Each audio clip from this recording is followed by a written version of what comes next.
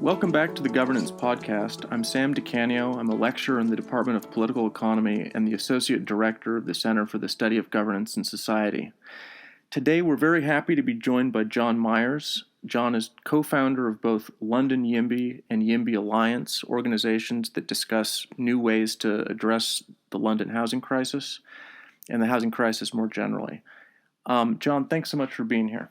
Thank you. My pleasure. I'm delighted to be on. So to begin with, let me just ask, what is the London housing crisis and how bad is it? It's really bad. I mean, we have incredibly expensive housing. So in 2002, London homes were about 7 times average earnings. And in 2018, they were 13 times average earnings. But then if you go further back in the 1930s, you had the working class, clerks, workmen, just buying semi-detached houses with gardens within walking distance of a tube station in London. We have never got back to that level of affordability. And I think it's probably important to distinguish two things. So on the one hand, you can have low wages causing a housing affordability problem. On the other hand, you can have high house prices. I'm not sure there's anything we could do to radically raise average wages, but we could easily build lots more homes and reduce prices. I can expand a bit more on that if you like. So the economic literature tends to focus on the amount by which house prices exceed the cost of construction. There's a recent paper by Ed Glazer and Joe Giorco which showed that if in cities which build plenty of housing, even if the population is growing rapidly, the price doesn't rise. And so there are vast swathes of London with house prices above £500 per square foot. And if you build housing at scale, you can build for about half of that cost.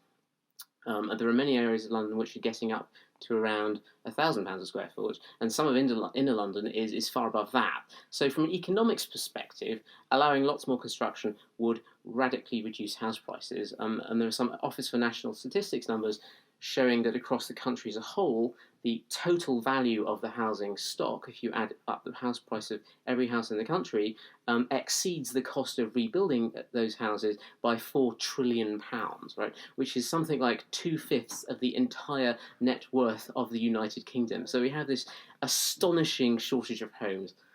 Interesting. So homes have not become necessarily more expensive or technologically different than they were 100 years ago. It's bricks, mortar. The technology seems to be staying fairly the same. And at the same time, wages in London have been going up as well. And yet the housing situation is getting worse given both of these conditions. Why is that the case? So why aren't markets responding to these incredible increases in house prices? Why has it been so difficult to get home construction to respond to these signals in the way that markets normally respond to goods becoming more expensive? It's a great question, and just to put it in perspective, could I say first of all that thinking back to 100 years ago, a car cost roughly the same as a house. And when you think of the radical improvements in car technology and affordability of cars, especially once you adjust for quality over that time, housing should be even more affordable than it was back then, whereas in fact it's gone completely into reverse, notwithstanding, as you say, the massive increase in average incomes. Fundamentally, we are not planning for enough houses. The current planning system does not plan for anywhere near enough houses to meet demand, and that means there's an insufficient supply, and so house prices have rocketed. So, and when you say that we're not planning for enough houses, you're referring to these are political plans that are set, or are you referring to market actors? Well, we introduced a new planning system back in 1947, which has been tweaked several times since then. But fundamentally, we've retained the principle ever since 1947 that you need a discretionary permission from the state in order to be able to build a home in England. And the political process behind giving those permissions have never enabled us to give enough permissions to build enough housing. And so the scarce thing is the planning permission. So even in the London area, if you have a plot of land which has no hope of ever getting planning permission, it's not worth very much. Whereas if you take an acre of land anywhere in the southeast and give it planning permission for housing, you will increase the value to millions of pounds. Is this problem especially acute in London relative to other cities? It's most acute in Oxford, Cambridge and London in the UK. So the most acute problem in terms of the excess of house prices over what it would cost to build more houses is worst in the southeast of England, and that's meant that you've seen incredible patterns of people commuting very long distances, sometimes up to 2 hours, into jobs in London or Oxford and Cambridge, just to be able to get to a job that they want to do. Does that have secondary effects on the economy? I mean, the London is sort of a center of productive capacity for the UK, and you're essentially disincentivizing people to move here by making these commutes so difficult and so long. It's got massive effects on the economy. It's got massive effects on a whole range of things. So it's got obvious massive effects on sort of injustice and access to opportunity. But to answer your specific question about the economy, first of all, what it means is that people growing up, say, in my hometown back in Lancashire, who like to work in a job in London which may have better skills training, may have better pay, can't do that because we just haven't built enough homes in the London area. Now, that has two effects. First of all, it means those people don't see their wages rise, whereas they could have in earlier times. Labour mobility has gone down a lot, as the Resolution Foundation showed in a report last week. But also it means there's probably a surplus of workers back in that town. So you've got a surplus of workers and a fixed amount of jobs effectively, and so wages are depressed in the regions which already have a problem. And so rather than rebalancing the economy sort of away from London, as was the original intention of the planning system, we've got this completely counterproductive system where we're pushing down wages away from London and we're depressing average wages across the country as a whole. And do these problems have distributional effects as well? So I would imagine that there would be certain groups within society, and specifically certain economic groups, that would be disproportionately harmed by these trends. Yeah, absolutely. So it tends to affect most adversely those on lower incomes, those with lower skills, the young who can't move to opportunity. Matt Ronley at MIT did a study showing that a lot of the increase in inequality that Piketty showed in his book was in fact due to rising home prices. So there's a massive distributional impact here. And so how would that work? How would the inequality that Piketty is documenting, how do home prices figure into that? Is it an issue with inheritance and families being able to pass homes down to subsequent generations? I'd have to go back and check the mechanism, but effectively what's generally happening is that as older cohorts have tended to be able to buy more housing than younger cohorts at equivalent stages of their life, and so the massive inflation in house prices has benefited those older homeowners at the expense of young people, who then have to pay much higher rents than they would have had to in a much better system. If that makes sense. So I mean, this sounds just horrible from anybody that cares about inequality. This sounds like a sort of a worst case scenario. You're penalizing the people with the fewest resources. You're penalizing people that are young, and the resource that's being handed down or inherited is not. You can't even make the argument that there's some sort of benefit in terms of it being sort of a productive investment in equities or something. This is just a fixed resource that is not adding anything into the economy. Yeah, it's a complete nightmare. Not only from a productivity perspective, but from a distribution perspective. And so you go back in history, you look at England actually had something called the Statute of Labourers of 1351, if I recall, which after the Black Death, the population dropped, and so there was a lot of pressure, shortage of workers, and so the income these workers could command tended to increase. And so the aristocracy went to the king and said, "We're not happy. Our workers are kicking up a fuss. Can you please do something?" And so the Statute of Labourers actually says labourers are not supposed to move to another job, not supposed to move around the country, and they're supposed to stick at their original wages. So this is sort of the 21st century analogy of that, if you like, in a much more sort of clever and concealed way, but it's effectively achieving the same thing. And then there are other examples around the world. So pre-revolutionary France, the peasants, as I understand it, were prevented from moving around. Soviet Russia had a similar system, and there's a hukou certificate in China where you have the certificate of your original residence, and that makes it hard to move to a city and obtain services there. Well, that sounds pretty grim. That sounds pretty grim. I suppose the question sort of naturally arises, which is, how has this happened? How and why has this happened? So unlike these prior societies that you've mentioned, the UK is a democracy. We have elected officials that can make political decisions, that can influence the society. if the effects of the crisis are to replicate authoritarian political systems and these sort of pre-modern societies that are dealing with natural disasters, why hasn't the political system responded to the crisis and in a way that sort of limits these distributional inequalities that are being generated? Well, it's even worse than that, because it is currently express government policy for house prices to go up. I mean, that's written down in the terms of reference for the Letland Review.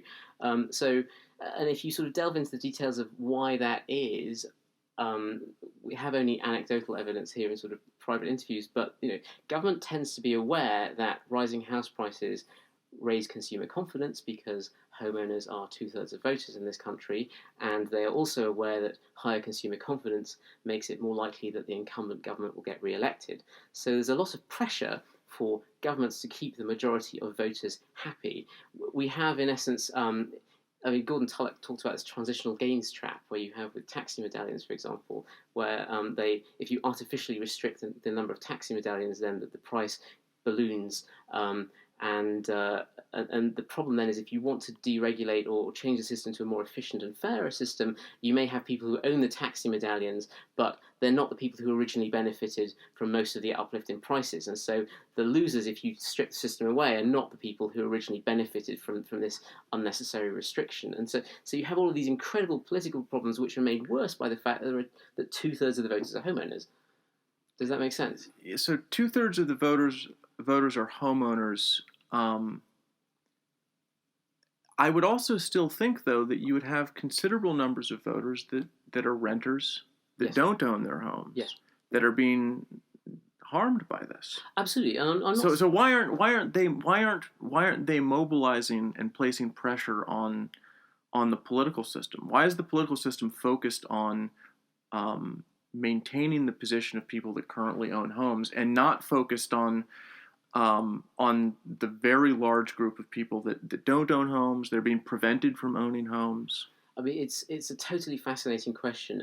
One aspect of it, I think, is that the current system actually makes the Olsonian challenges that renters face in organising themselves much harder, because the way it works currently is that you generally grant a single discretionary permission on a single site, and so the residents surrounding that site tend to get very upset about losing their sunlight, losing their daylight, congestion, the way it's going to look, pressure on their local schools, wrong kind of people, quote unquote, in that horrible phrase, moving into the market, into the area, and so they find it quite easy to get organised. Their incentives are very local, and it's going to affect their house price. Whereas the renters, who may be helped by this single building, they're sort of spread across the country. They don't even know they're going to move into it. They don't even know it's going to exist. And so they have incredible challenges in sort of coming together and organising in favour of that. Now, renters obviously do organise at a national level. You have Generation Rent, which is doing great work. They tend to focus, I think, mainly on the things which are most salient to them. And so they will campaign often for things like rent control, and they'll support more supply, but it's not necessarily something that your typical renter thinks, this is what I absolutely need. I absolutely need to kind of go and reform planning legislation and get more houses built in Slough or wherever. And even if they wanted to, it would be difficult for them to coordinate with other similar people. Exactly. Just because they're geographically dispersed in ways that homeowners are not.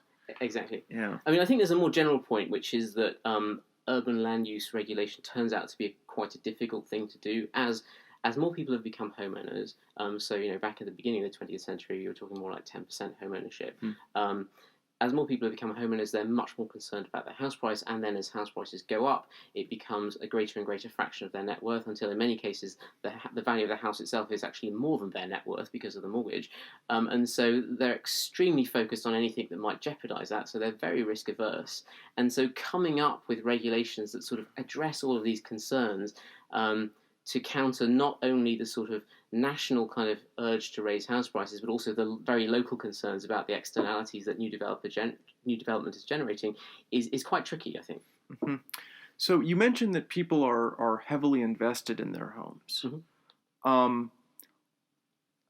What would happen to these people if the housing crisis were somehow solved, and the result of that was the construction of a large amount of housing that led to prices beginning to fall in areas like London? So you've got a situation where people have essentially invested, in many instances, they've invested their pensions into the value of their home. And any solution, any actual effective solution to the housing crisis would cause home prices to begin to fall. Mhm. That strikes me as being a situation that, for political reasons, would become quite untenable. Well, you've just spelled out one of the challenges, and we're not campaigning to crash house prices overnight. That would be unhealthy and probably counterproductive on a whole range of different levels. But there are things that you can do to bring many homeowners along with you. So William Rikers, I'm sure you know much better than I do, wrote about heresthetic, where you sort of design policies, you design your reforms in order to bring a coalition of voters together and get a majority behind your reform. And so, given that there's this 2/3 majority of homeowners, we think the only way to really get change is to come up with reforms that will make most of them, or at least a big fraction of them, happy. I can talk a little bit more about that if that's helpful. So reforms that would make them happy but would not wind up stabilizing house price increases or cause home prices to begin to decline. Exactly. Well, I'm not saying you can't have them decline over time. So, first of all, you have to distinguish between the price of the plot of land that a single homeowner is sitting on right now and the price per home, which, if you increase the density, for example, can be very different. So, most of London is relatively unremarkable two-storey dwellings. That, in fact, half of the homes in London are in buildings of only 1 or 2 floors. So, if you look at a map of London by built density, by cubic volume of building per acre, then huge swathes of it have literally a tenth or a fifth of their housing per acre of sort of the pretty parts in the middle that people travel around the world to see, like Bloomsbury or Covent Garden or Pimlico, for example. So there are plenty of ways to add lots more homes on a given area of land. You may make the original landowner better off than that, but you're making each individual home vastly more affordable. Essentially, by increasing the number of stories, increasing the density of the homes that are built on a given plot of land. And whether you're extending upwards to, let's face it, the Elizabethans built at 6 stories high. It's not like it's the end of the world if you go to 6 stories. I mean, many of the most beautiful cities in the world have 5 or 6 stories. Walk around Rome, Venice, millions of people do. In fact, so many people love the 5 or 6 stories of Rome and Venice that the locals complain about too many tourists. So it's not as if it's a disaster here.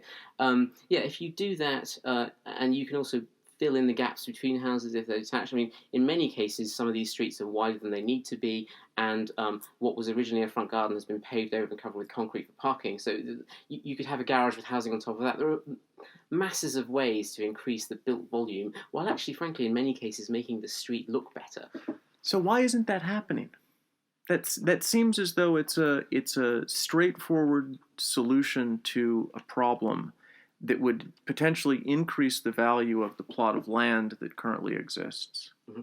Why aren't more people interested in doing this? Well, they're interested in doing it. It's just extremely hard under the current system. So there's one example in Primrose Hill where a group of homeowners got together and applied to the council to add another story onto each of their houses in a conservation area, I would add, and they eventually got permission. They had overwhelming support from their neighbours, and the end result was a much more uniform and attractive set of Victorian terraces than the sort of higgledy-piggledy mess that you had on the roofline before they did this. Now, it took them literally 5 years to get planning permission for this, and not only did it take them 5 years, it took them hundreds of pages of application, and the council required not only that they all agree to do it, but that they all do it simultaneously. Right now, that just obviously spells out enormous problems of coordination. And frankly, the leader of that particular group was the person who founded the architectural practice that the current president of RIBA is from. So clearly, a sort of very motivated entrepreneurial individual. It is very tough to achieve in this system. Is the experience of this block, is that being used to sort of as a model for subsequent action? Are people trying to learn from this and trying to simplify the process for getting these applications through? Well, that's absolutely what we're trying to encourage to make happen. I mean, if you look at the history of the way London developed, look at how Hampstead developed, or Covent Garden, or many other places that people love, it didn't all happen at once. People added bits over time. It's not the end of the world if you have a slightly higgledy-piggledy roofline for a while, because given that the economic pressures to build are so great, if you give somebody permission to add another story, and you set a design code so you know it's going to match what what the adjacent houses look like, you can be confident they'll do it eventually. So relaxing that requirement that it all be done at once is one obvious answer. Does it all really have to be unanimous? Is it the end of the world if your neighbour adds another story and you get permission to, even if you weren't that happy about getting permission? Probably not, because it's actually going to increase your house value. So maybe we could have some sort of voting mechanism, a supermajority voting mechanism, say 2/3. If we could have a policy that if 2/3 of people on a street vote to set a design code and give themselves permissions for extensions, why shouldn't that be granted? We're pushing for that. We've got a lot of sympathetic people in various parts of government and other interest groups. It just takes quite a while to get these sorts of changes through. How would you respond to somebody that lived in one of these neighborhoods that was interested in doing this, that was concerned that the new build was going to alter the historic character of the neighborhood? So one thing that I think is apparent to anybody that looks at a lot of the new construction that's going on in London and elsewhere is that a lot of the buildings that are being erected are just not that nice to look at. They're these sort of these glass, hyper modern designs that maybe some architect thinks are interesting, but most people, if you look at the public opinion surveys that have been done of what people want in a home, they don't like the sort of the hyper modern, the designs that seem so homogeneous and so they're present everywhere, and nobody really wants these buildings to exist in their neighborhood. So how would you respond to somebody that was concerned about transforming their beautiful Georgian neighborhood with some new building that they didn't want? So I don't want to get into the style battles per se, and I will note that if you look back at 400 years of house building in Britain, at every stage there are people complaining about these horrible newfangled housing. And for example, if the Nash terraces on Regent's Park are covered with white render, not least because the bricks were so cheap and it was such a low low build quality that they just wanted to hide it. But if you give local people the control to set a design code, to set, even if they want to set precise materials, they can even set precise locations of windows if they want to. They will be much more reassured that they will get what they want to get. Part of the other problem of the current system is that, so back when prices were more in line with construction costs, you had a pretty strong incentive to make sure that the facade of your building called out, "This is a great building. Come and use me. Come and rent me. Come and do custom in me."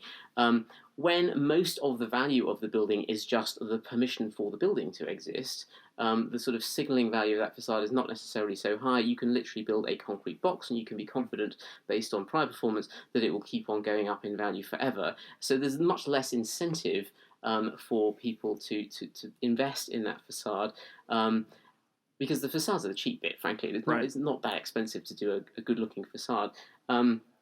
And then the other problem is we have much less house building driven by individuals these days. So we have much less self-build, much less homeowner commissioned housing than most of the other countries of Europe, and we have far less than we had as a historic basis. So these 1930s houses that I was talking about, very often they were the builder would come to you as a customer, they'd show you a book of designs, and you could pick out the particular designs that you wanted, and that's why we have swathes of mock Tudor across parts of London. That may not be to your particular taste, but it made the people happy at the time, and that in itself was partly a reaction to the sort of very austere neo-Georgian corporation housing that they were trying to get away from. So horses for courses, but it's undoubtedly true that if you invest more in getting a high-quality design, you'll get better outcomes. And we think the obvious way to do that is give local people more of a say to decide what they're happy with and have the power to give permission if it meets those criteria. So if the companies that are constructing new homes are not as responsive to sort of individual purchasers now, who are they responsive to? What are the pressures that are operating upon them? Well, sorry, I'm not saying it's not that they're not responsive to individual purchasers, but individual purchasers will overwhelmingly.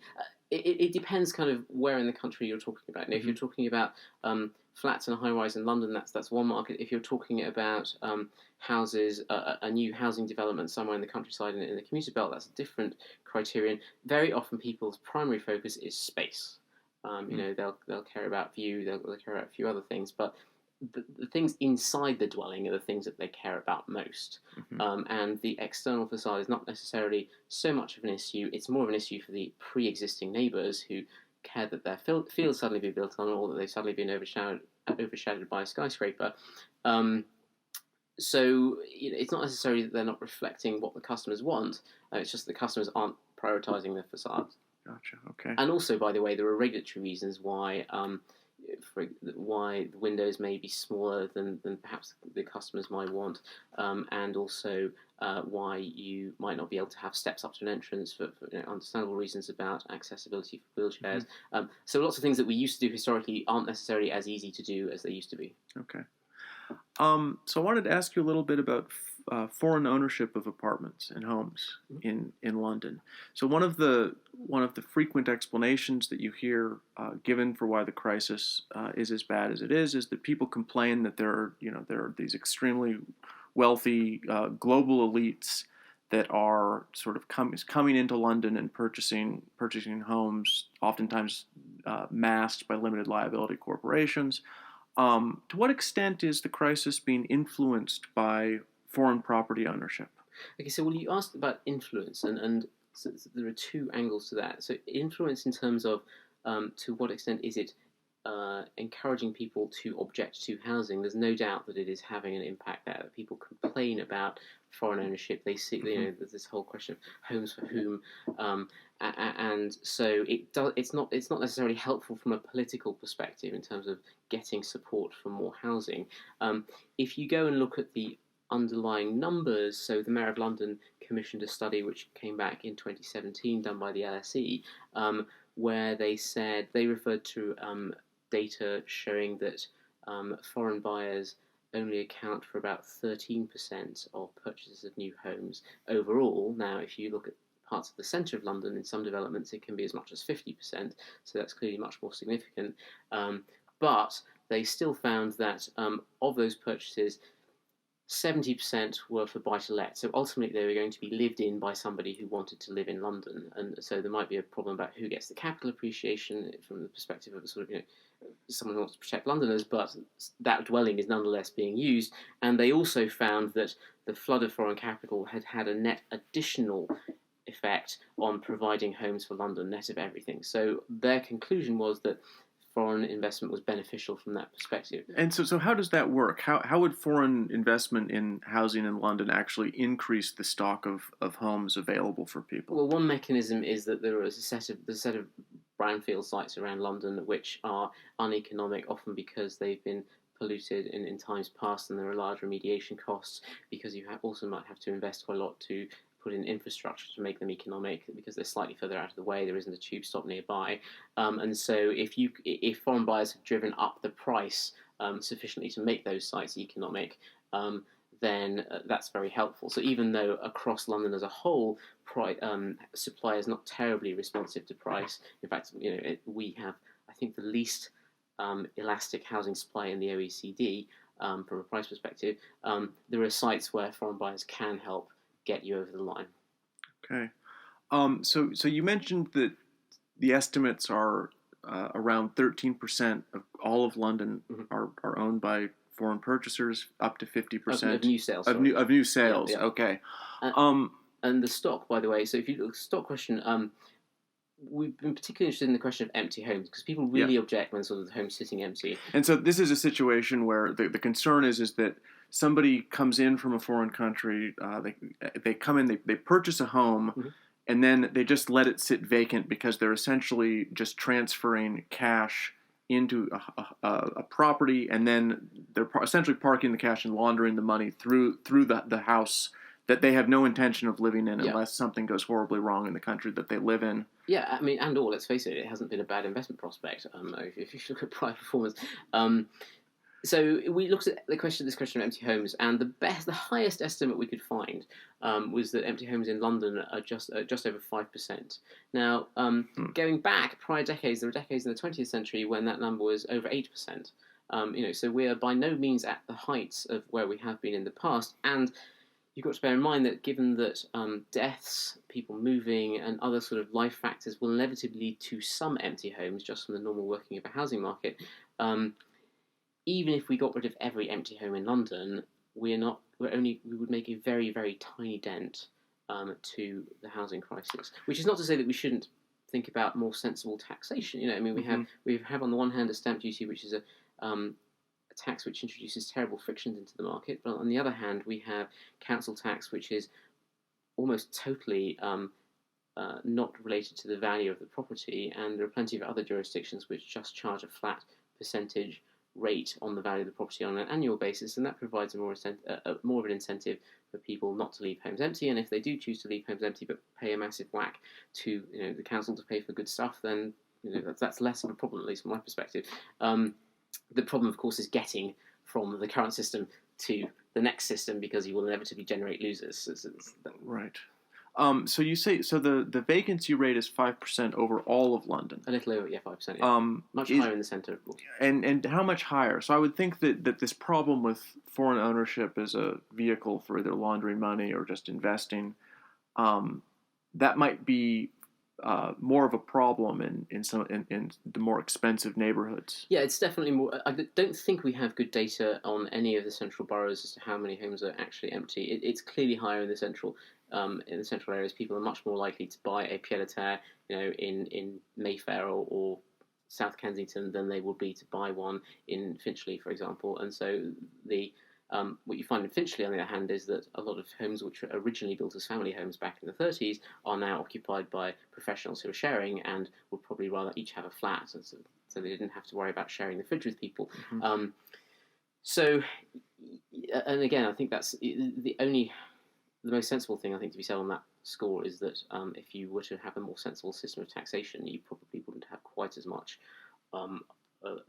and you wouldn't have quite as many empty homes in some of those central boroughs, and you certainly wouldn't have as much political backlash, because people would perceive that those foreign owners were sort of bearing more of their fair share, if you like. Yeah. Okay. Can you tell us a little bit about the role that the Greenbelt is playing in the London housing crisis? So first of all, what is the Greenbelt, and how does the Greenbelt influence the housing crisis? The Greenbelt basically prohibits housing in the countryside around large cities and around London in particular, to prevent urban sprawl. And if you go back to the origins of the Greenbelt, it was originally a much sort of thinner area around London. It has expanded considerably by a factor of something like 8 times, I think, since its inception back in the 1950s. So it was originally conceived partly as a means of providing green space for Londoners to travel to and enjoy. Unfortunately, much of the current Greenbelt is either fields which are dedicated to monocrops, which are therefore sprayed with pesticides, golf courses which are also sprayed with pesticides in general. So more of Surrey is dedicated to golf courses than to housing. And by the way, those airborne pesticides are the #1 killer of city dwellers in Europe. So green is a wonderful piece of branding, but it isn't necessarily everything it's stacked up to be. Now, by the way, sorry, you were going to say. So these are bands of space surrounding the city, mm-hmm. that are being protected to some degree. Exactly. Where building housing is not permitted. Correct. On this sort of belt of green space that surrounds the city. Yeah. And it's actually been expanding since it was initially established. So yes. the initial idea was to give people, it was sort of like Central Park in New York City, where the idea was that Londoners would have an opportunity to sort of escape out into the countryside. This was beneficial for health reasons. It was very nice to just sort of experience a day out in the country and get away from the city. And all the problems that you get in urban environments, and this has sort of created a limit on to how much the city can expand outward. Yes, with new housing. It's created a limit to how much it can expand outwards in a contiguous fashion. What's happened, in fact, is that development has leapfrogged beyond the Greenbelt, and so you now have these insane phenomena of people literally travelling 2 hours to get into London. So if you look at a map of the commuting patterns into London, it basically spreads across the entire southeast and way up into the Midlands and some of the southwest and beyond. And so, from an environmental perspective, this is terrible, because people are just travelling enormous and relatively unfriendly distances. It's causing them stress. The long commutes are unhealthy because it also leads to being sleep deprived. All of these unfortunate outcomes, which were clearly never intended by the generally quite well-meaning people who created the Greenbelt. And Ebenezer Howard, who was sort of one of the was actually the inventor of the Garden Cities movement. His original conception was that you have this Greenbelt, but then you dot it with cities. You dot it with cities with railway lines between them, and so you have this sort of endlessly sort of repeating pattern of verdant countryside with cities set into it, and so that would have been much more efficient, perhaps not as efficient as it could be given what we now know about spatial economics, but still much more efficient than what we currently have, which is a system where big chunks of the home counties have been protected from quote unquote the great unwashed, but it's had a lot of negative side effects. And you have people commuting in from beyond the Greenbelt into commuter cities. Well, it's a good thing the trains are so cheap. I should mention the things you can do on the Greenbelt. You can build roads. You can have golf courses. You can build large corrugated metal barns. You can build stables. You can have a cemetery. The only thing you can't really do is houses for people. So it sort of reveals an interesting sense of priorities. Okay, but so why couldn't somebody respond to this and say that this is just the trade-off that we have for protecting nature? This is an environmental issue. And that there are some good reasons for why we don't want London to sort of just expand beyond the current boundaries that it has. We would be degrading sort of scenic wilderness that we do want to conserve and protect. Absolutely. I'm certainly not advocating endless urban sprawl. The valuable sort of the environmentally valuable and beautiful parts of the English countryside need to be protected because as commuting gets cheaper, if you think we have long distance commutes now, imagine what will happen when flying cars finally arrive. I do think it is sensible in some way to disincentivize just concreting over of endless fields. However, you look at parts of the London Greenbelt, the metropolitan Greenbelt, which are either former industrial land. Would it really be a disaster if we built housing on those?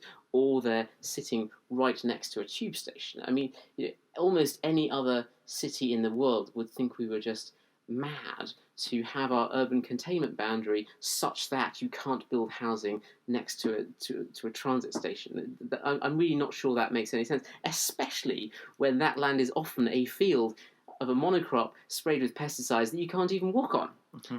And often not that attractive either. So would it be possible to have a sensible reform? I would argue yes. Could you protect the vast majority of the Greenbelt and certainly all of the land which is valuable in any sense whatsoever and still get quite a lot more housing on it? Clearly you could do that. Can you solve the politics? That's a trickier question. So we 2 years ago we put out our first paper and we said, well, look, we found villages in the Greenbelt that actually would like to approve some housing next to the village in their own Greenbelt, and the county said no because the county is the higher local authority is the body which sets the Greenbelt location, and they refused to change it. And we said, well, this is just nuts because. Well, what was the justification they gave for that? Why would they oppose it? Strategic problem because.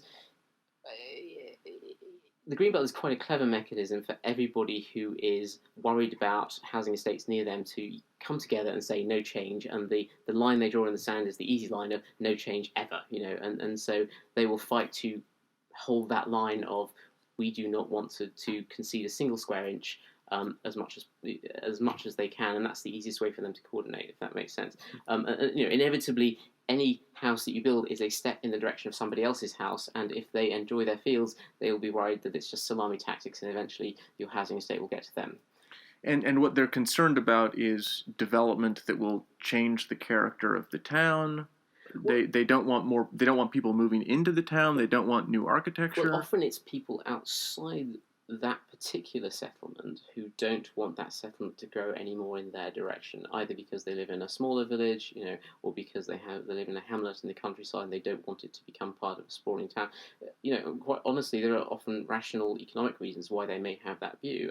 People may pay more for a secluded country dwelling, and it also goes down to sometimes quite unsavoury questions about the preference of who they want their neighbours to be. I could also see situations where they're content with the current situation and they just don't want to take a risk with, Yeah. their area changing in a way. It might change for the better, but it also might change for the worse, and absolutely. they just don't want to roll the dice. People are rationally risk averse. There's no doubt about that. Yeah. But it's even CPRE, the organisation which has been the stalwart defender and very successful defender out of the Greenbelt, because the Greenbelt has expanded so much in area over the last 3 decades, is perfectly happy with building on parts of the Greenbelt so long as it is led by local people. And it was just the legislation didn't effectively permit that because of the way that counties tended to implement it, or the higher authorities tended to implement it. But CPRA will put forward South Milton in South Devon as a good example of how to build in not just Greenbelt, but an area of outstanding natural beauty. So this isn't just a plot of land that has never been assessed.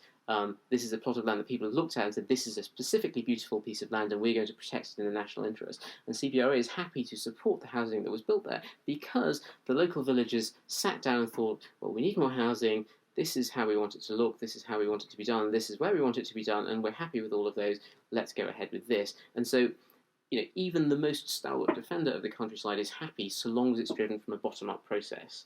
And so, from our perspective, it was just nuts that we were letting higher authorities prevent villages from saying, look, we'd like to build a few more houses next to the village, we'd like to permit a few more cottages, or whatever it was. So we said, look, that's an obvious and low-hanging fruit, and the government did, in fact, in the national planning policy framework last year, change the rules so that a village can now approve housing in its own greenbelt through a neighbourhood development order.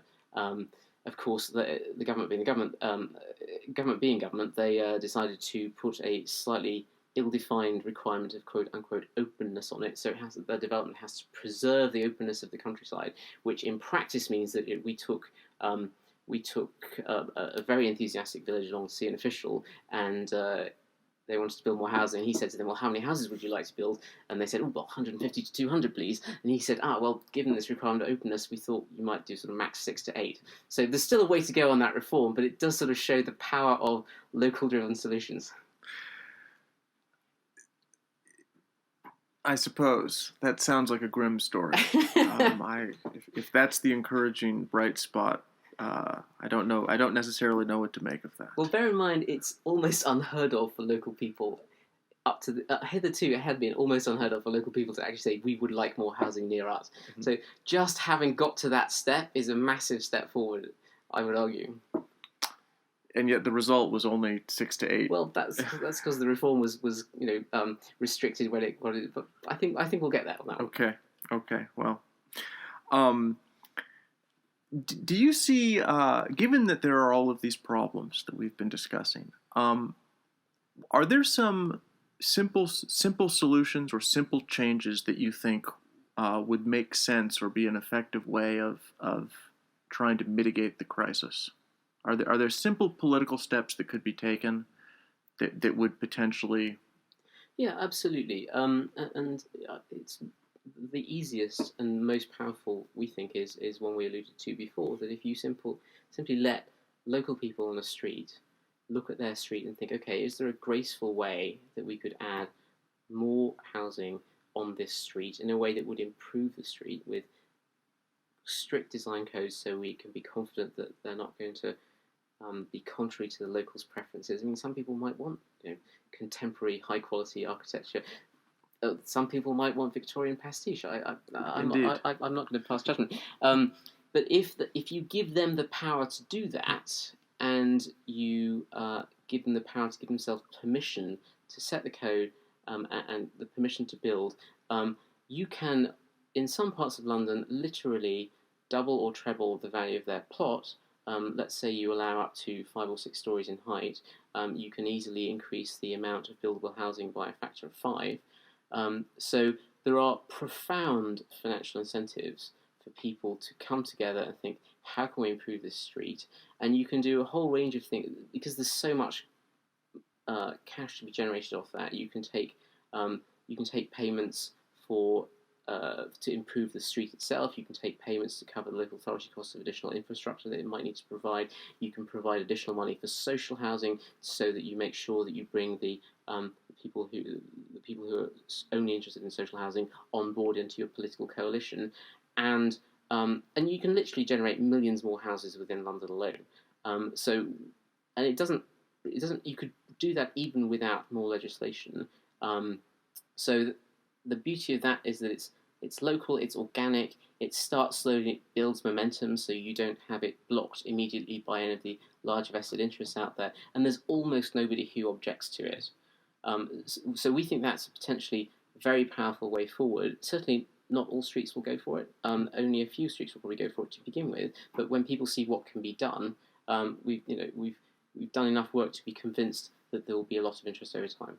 So what are some of the steps that could be taken to encourage that sort of development? It basically requires a change in policy, either by the borough in London or by the mayor could theoretically institute it through the London plan. That only gets changed once every 5 years, though.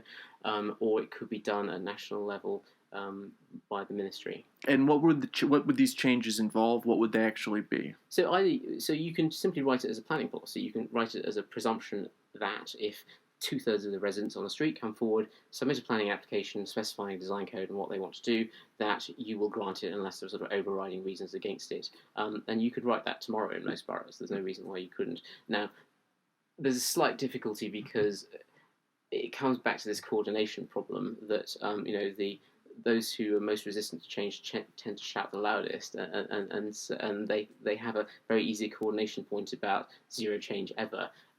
And also, boroughs are not incentivized to really allow more housing because we've spoken to councils that are actively opposed to housing that is suitable for older people because they're worried about the care costs that they will then incur. So underlying all of this is a massive incentive problem, which you don't see in places like Switzerland. And Switzerland, for example, outside the major cities, has managed to maintain housing at pretty much the same level of affordability for decades because the incentives for the local authorities to build are much stronger.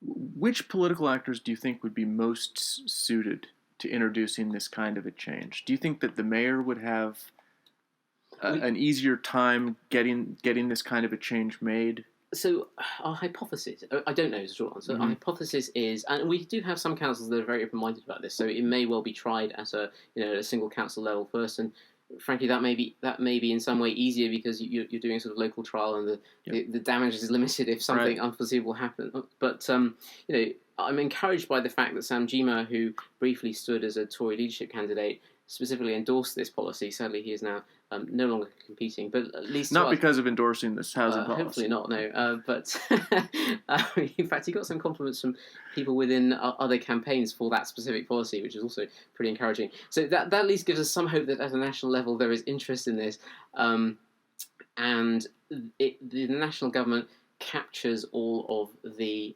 externalities essentially. So if they can get house building increased without suffering electorally for it, they get not only the immediate benefits of a construction boom, which might be quite helpful depending on what the economic outlook turns out to be, but they also get the sort of medium-term benefit of increased access to opportunity, increased growth, increased wages from the fixing the sort of labour mobility problems that we talked about earlier. Now, if it's a Conservative government, they may get increased home ownership, which they seem to be very keen on. If it's a Labour government, they can extract some of this cash I was talking about to fund more social housing, so they may also see that as a positive. It's really just a question, we think, of tweaking the package until it's framed in such a way that it really appeals to the value of that government, and then just building enough momentum behind it to rise above the general noise level, because this stuff is quite complicated in terms of all of the interactions and all the stakeholders that are going on, and there are large groups of people who think that their answer is the answer, despite the fact in some cases that campaign has been pushing for exactly the same answer for 50 years, and it's got worse. So, Einstein's definition of madness, as I'm sure you remember, is not encouraging in that respect. So just breaking through the general noise level is one of the other key challenges that we face. Mm-hmm. So it would be, I suppose, incredibly helpful if you could actually have a neighborhood do this, demonstrate that if you allow us, these smaller neighborhood units to have more control over housing permissions and planning, this actually could generate could generate benefits. And there actually, you mentioned at the beginning of the podcast that there actually is a success story. Yeah, absolutely. Yeah. I mean, they had to get permission from the council, of course. You can guarantee that if they'd been able to give themselves permission, it wouldn't have taken them 5 years to do it. So that, to me, is the sort of clearest example. But we're also talking with a range of neighbourhood groups, because a neighbourhood forum it's a new feature of English planning since the 2011 Localism Act. So it's effectively a small area within a council which can write its own neighbourhood plan and can actually grant a neighbourhood development order which gives planning permissions. So as those get smaller, it becomes much easier for them to coordinate and to agree. So we're in discussions with a few of those to see if they're interested. I mean, often people get involved in this precisely this reason. There are lots of people out there lots of families, for example, who are stuck in a dwelling which is far smaller than they need, that they need desperately another bedroom for their kids. They may need another bedroom for an elderly parent who wants to move in with them, or ideally a granny flat or something like that. So there's an increasing body of people who would really love to be able to extend in one way or another. And so I'm hopeful we may be able to have a proof of concept through one of them. Paradoxically, in this country, it turns out to be easier to amend national planning policy than it is to get a planning permission. So it's a race to see what happens first, basically. Interesting. Well, fingers will remain crossed. Thank you. Well, I didn't have any other questions for you, John. Is there anything else you wanted to speak about? No. Well, I'd like to throw out one sort of comment, and given your expertise in political economy, what sort of increasingly struck us, I think, is that the Overton window is not necessarily the most helpful way of thinking about the housing crisis, because there's such a sort of narrow set of reforms that could actually work once you take into account all of the different stakeholders and the veto players and the others out there. I would actually suggest the better metaphor is the exhaust vent of the Death Star, and that's what we're trying to hit. And so what we're trying to do is reduce the number of people out there in housing who are trying to energetically push the Overton window in the opposite direction to the other group of people. All the while, the exhaust vent is somewhere in the middle distance, and we actually need to coordinate everybody to get over there. Interesting analogy. I hope you stay on target with that. Thank you. It was wonderful to have you on the podcast, John. My pleasure. Thank you. I'm very curious to see whether any of the things that your organizations are proposing wind up working. And I really hope that they do. Thank you.